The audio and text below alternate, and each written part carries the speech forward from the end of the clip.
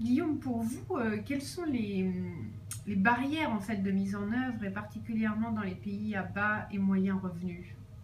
Oui, donc on a parlé des différentes interventions qui pouvaient être mises en place dans les services de génétique médicale pour prévenir, diagnostiquer et traiter certains de ces troubles congénitaux. Puis dans les pays à bas et moyens revenus, ça peut être parfois un petit peu plus compliqué de les mettre en place.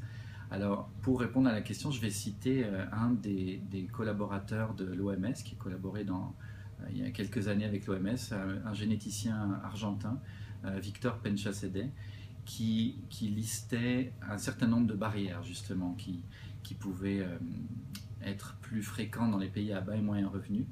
Donc, dans certains pays, la chose qui est un petit peu plus évidente, c'est qu'il y a d'autres besoins qui devraient être remplis avant de mettre en place ces services de génétique, comme traiter prendre en charge la malnutrition ou la prévalence de certaines infections.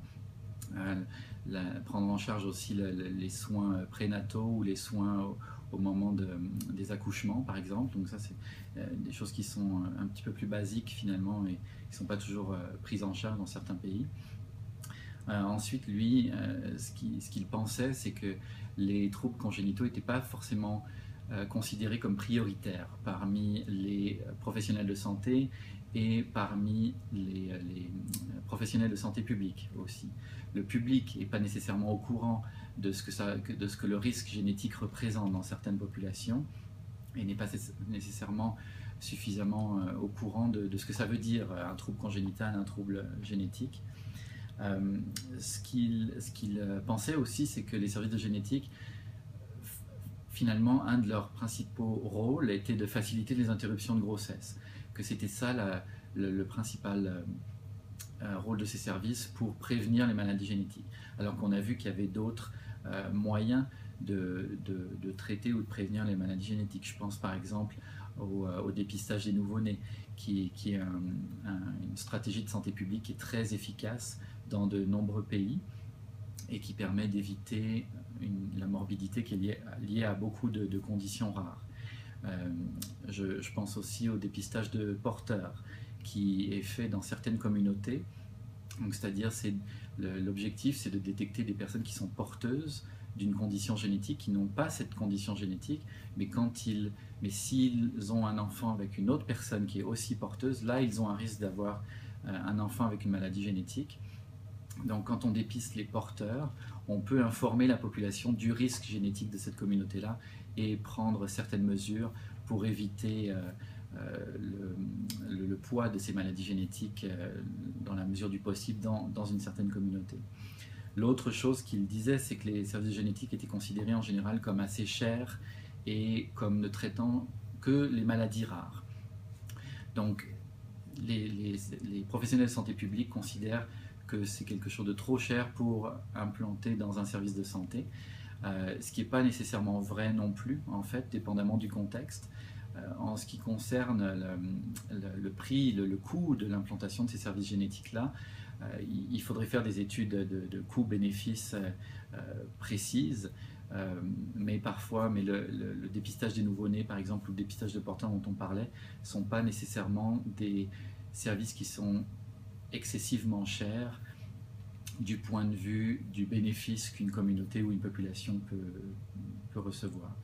Euh, En ce qui concerne la rareté de ces troubles congénitaux, ça aussi c'est dans une certaine mesure, parce qu'on sait que certains troubles congénitaux sont beaucoup plus fréquents dans certaines communautés.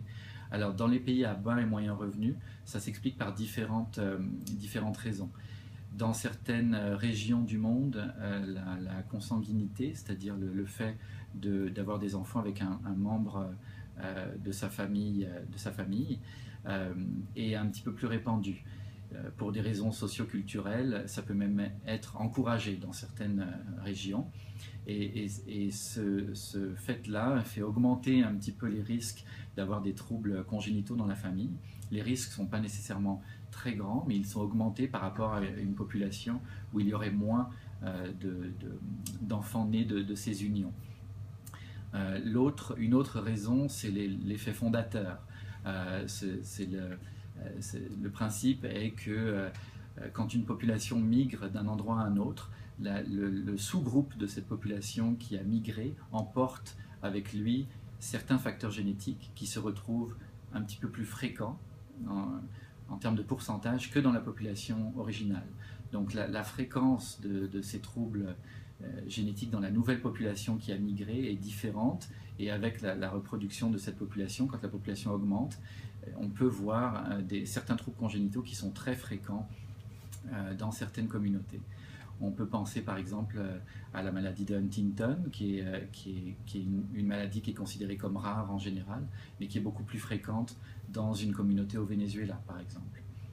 Un autre aspect qui fait que ces maladies ne sont pas nécessairement rares, c'est que les femmes, dans certaines cultures, ont des enfants très tard, ou plus tard, disons, que la moyenne dans d'autres pays, et ce qui fait augmenter l'incidence de certains troubles chromosomiques, certaines anomalies chromosomiques. Donc le fait qu'elles aient des enfants plus tard, c'est expliqué par le fait qu'elles n'ont pas nécessairement accès au service de planning familial, par exemple, ou que ce soit aussi simplement culturel. Les malformations congénitales, donc les troubles congénitaux qui sont des anomalies structurelles, anatomiques, sont plus fréquentes dans certaines communautés aussi. Là, ça aurait plus rapport parfois avec des expositions de l'environnement, de certains tératogènes par exemple qui sont plus fréquents dans certaines communautés par rapport à d'autres. Donc toutes ces raisons font que les maladies, les troubles congénitaux ou les maladies génétiques ne sont pas nécessairement des maladies rares en fait. Et donc certaines communautés pourraient être la cible d'interventions de santé publique pour limiter l'incidence et la morbidité de ces troubles congénitaux-là.